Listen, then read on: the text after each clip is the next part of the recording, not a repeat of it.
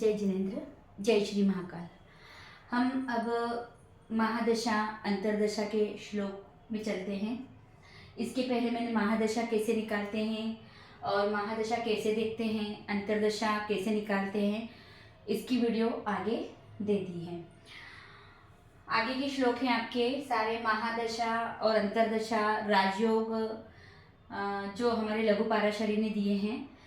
न दिशे युर्योग्रहा सर्वे सवदशासु सवभक्तिषु शुभाशुभं फलं नरणामात्म भावानुरूपत। न दिशे ग्रह, जिस ग्रह की सवदशासु मतलब महादशा हो और सवभक्तिषु, अगर कुंडली में जिस ग्रह की महादशा हो और उसी ग्रह की अंतरदशा आ जाए।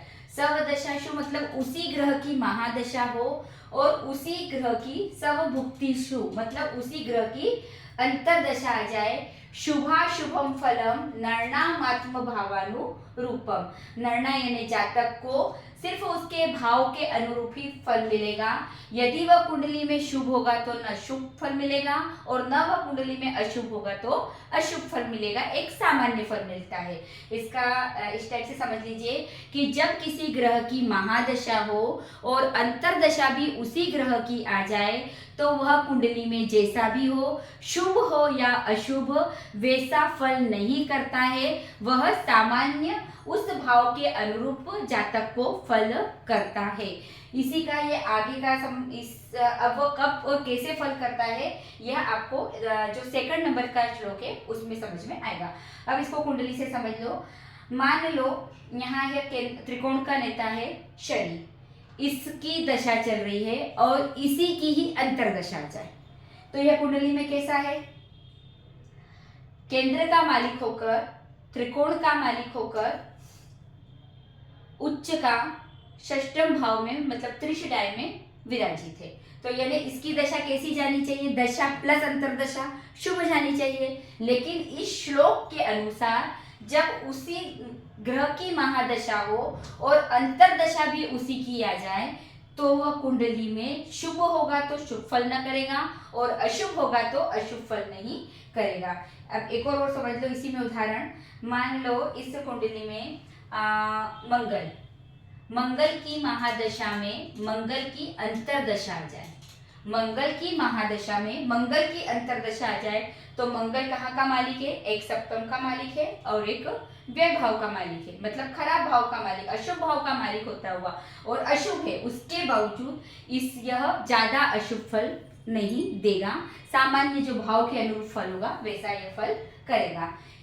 आत्म संबंधनो ये चे ये वा निज सह धर्मिण तेषामंतर दशा सवैव दशंति सव दशा फलम। हमने क्या कहा? जिस ग्रह की महादशा हो और अंतरदशा भी उसी ग्रह की हो तो वह कुंडली में सामान्य फल करता है। अब वह कब फल करता है? आत्म संबंधनो मतलब जब पाराशर ऋषि ने जो 4 प्रकार के संबंध बताए हैं उस प्रकार का 4 प्रकार का संबंध हो महादशा में और अंतरदशा में, मतलब महादशा का मालिक भी अलग हो और अंतरदशा का मालिक भी अलग हो और उसमें कौन सा संबंध हो, वह 4 प्रकार जो हमने आगे बताए हैं।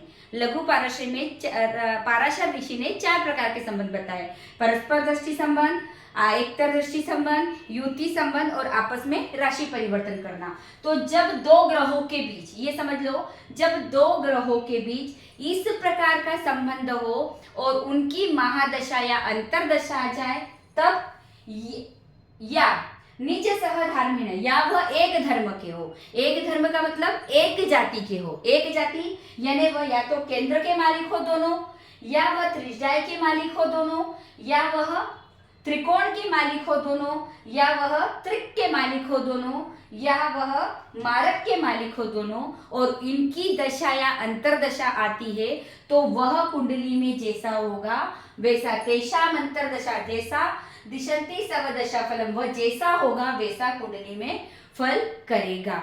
अब आप एक बार इसको फिर समझ लीजिए।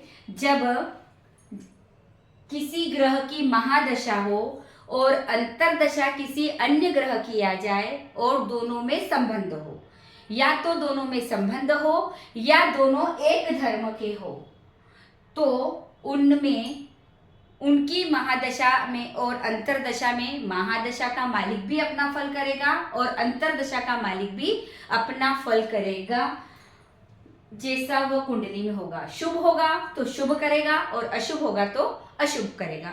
अब आगे इस श्लोक में एक बात और समझ लो कि अगर वह शुभ हुआ और दोनों में संबंध हुआ और दोनों एक ही धर्म के हुए तो वह संबंध होने पर ही फल करेगा, और शुभ हुआ लेकिन दोनों में संबंध नहीं है या फिर दोनों एक धर्म के नहीं हैं तो अंतरदशा का मालिक अपना फल नहीं करेगा, सिर्फ महादशा का मालिक अपना फल करेगा।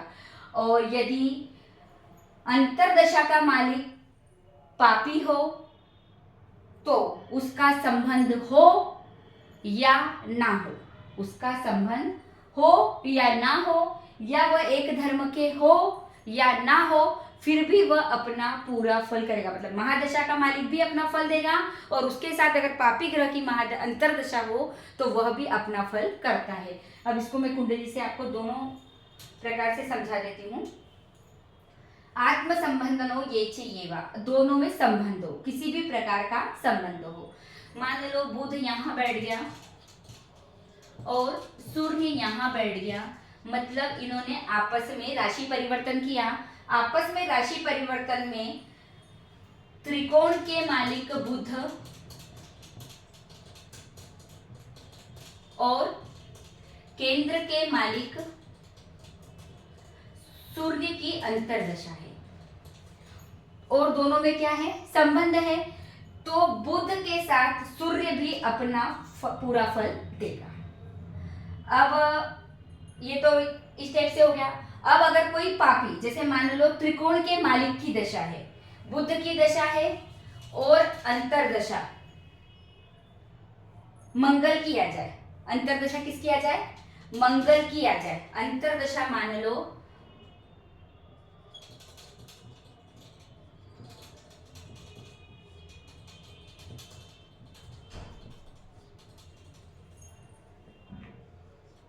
मंगल को हमने यहां बिठा दिया, तो क्या बुध और मंगल का संबंध है? नहीं, क्योंकि बुध अपनी सातवीं दृष्टि से दशम भाव को देख रहा है और मंगल चौथी दृष्टि से सहज भाव को देख रहा है और उसके बाद सातवीं दृष्टि से शनि को देख रहा है और आठवीं दृष्टि से सप्तम भाव को देख रहा है। मतलब बुध में मंगल का कोई संबंध नहीं है। फिर भी बुध का मालिक महादशा के मालिक के साथ मंगल की जब अंतरदशा आती है तो संबंध हो या ना हो, फिर भी वह अपना फल देगा, क्योंकि यह अशुभ भाव का मालिक है, पापी है कुंडली में। फिर वापस से समझ लो कि जब संबंध होता है और किसी भी महादशा में शुभ ग्रह की अंतरदशा होती है तो वह संबंध होने पर ही फल देता है, लेकिन पापी ग्रह संबंध हो या ना हो तो भी अपना फल दे देते हैं। अब ये इन दोनों का समझ पूरा हो गया है।